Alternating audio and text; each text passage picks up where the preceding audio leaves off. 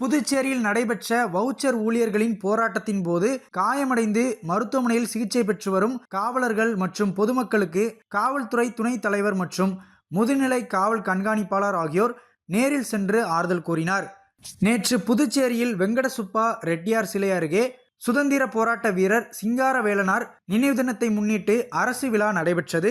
இதில் கலந்து கொண்டு சிலைக்கு மாலை அணிவிக்க வருகை தந்த முதலமைச்சரின் வாகனத்தை முற்றுகையிட முயன்று பொதுப்பணித்துறை வவுச்சர் ஊழியர்கள் திடீர் போராட்டத்தில் ஈடுபட்டனர். முதலமைச்சர் வருவதற்கு முன்பாகவே சுமார் 1 மணி நேரத்திற்கும் மேலாக போராட்டக்காரர்களை அப்புறப்படுத்த காவல்துறை முயன்றது.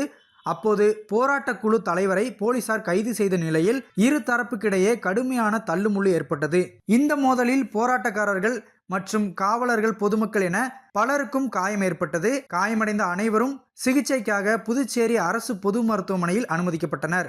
தொடர்ந்து போராட்டத்தில் ஈடுபட்ட அரசு பணியாளர் நல கூட்டமைப்பின் தலைவர் சரவணன் மீது 5 பிரிவின் கீழ் வழக்கு பதிவு செய்த உருளையன்பேட்டை போலீசார் அவரை காலாப்பட்டு மத்திய சிறையில் அடைத்தனர். மேலும் போராட்டத்தின் போது போலீசாரை தாக்கிய 4 பேர் மீது வழக்கு பதிவு செய்து தேடி வருகின்றனர்.